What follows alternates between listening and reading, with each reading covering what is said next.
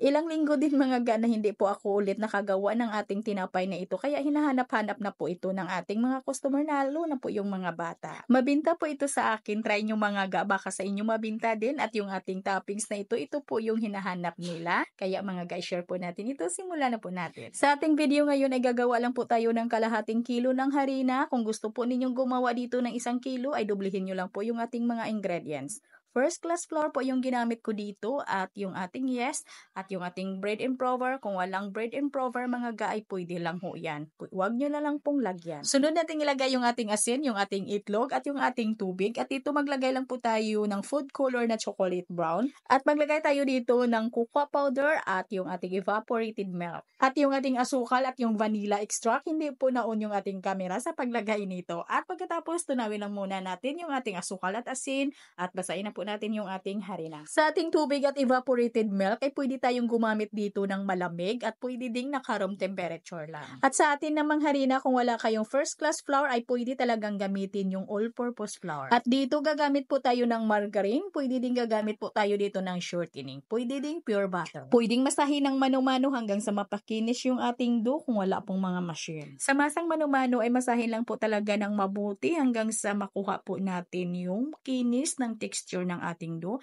para po ito ay malambot. Kaya makinis po yung ating dough sa ating video na ito kasi ay dinaan ko po ito sa ating dough roller machine. At dahil maliit lang po yung ating gagawin ngayon kaya ay pinutol ko lang po ito sa 25 grams. Pagkatapos putulin ay pigurahin lang po natin ito agad ng mahigpit at laparin lang po ng kaunti. Yung ating tray or plancha na paglalagyan po natin ay banyahan lang po natin ng shortening or di kaya margarine or di kaya magdas po tayo dito ng harina. At pagkatapos ay paalsahin lang po natin yung ating dough ng nasa 70 to 80%. At nang umalsa na ng mga 80% ay pwede na po natin itong lutuin sa mainit po natin na mantika. Katamtaman lang po yung lakas or yung apoy natin dito sa ating kalan para hindi din masunog yung ating donut. Regular lang po yung gamit ko po dito na mantika. At pagkatapos na po natin lutuin ay isit aside lang po natin, gawa na po tayo ng ating palaman. Dito sa ating palaman ay pwede naman tayong gagamit ng melty dark chocolate. Pero medyo mahal po yung ating chocolate ay kaya gagawa lang po tayo at ito'y masarap naman. So dito sa ating palaman kailangan lang po natin ng cornstarch, cocoa powder at lagyan lang po natin ng kaunti lang po talaga na asin at half cup lang po talaga na condensed milk.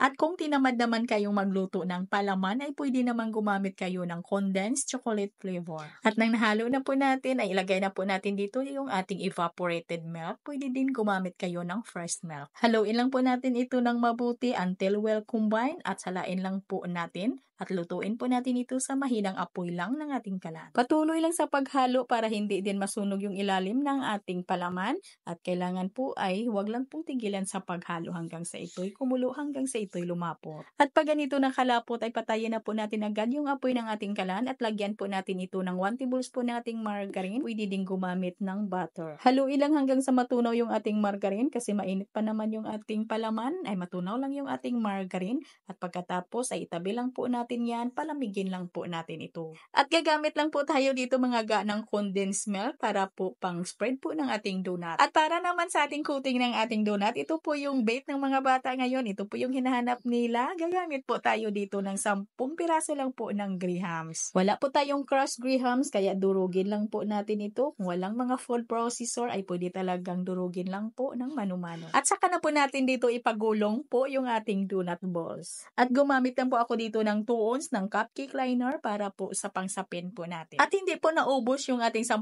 piraso na dinurog po na grahams. Sa ating 500 grams or kalahating kilo ng ating harina ay nakagawa po tayo dito ng 36 pieces. At gumamit lang po kayo mga ga ng bagay na pwede po ninyong pangbutas dito sa gitna ng ating donut. Para may ideya kayo mga ga, yung bintahan po natin dito ay nasa 7 to 8 pesos. Pero hindi tayo magkapareho ng costing or yung total po ng ating puhunan kaya magkaiba po yung ating bintahan dito. Ang importante lang po, tayo ay mag-costing lang bago tayo magbenta. Sana makatulong po sa inyo ang ating recipe na ito. Maraming salamat at bye-bye!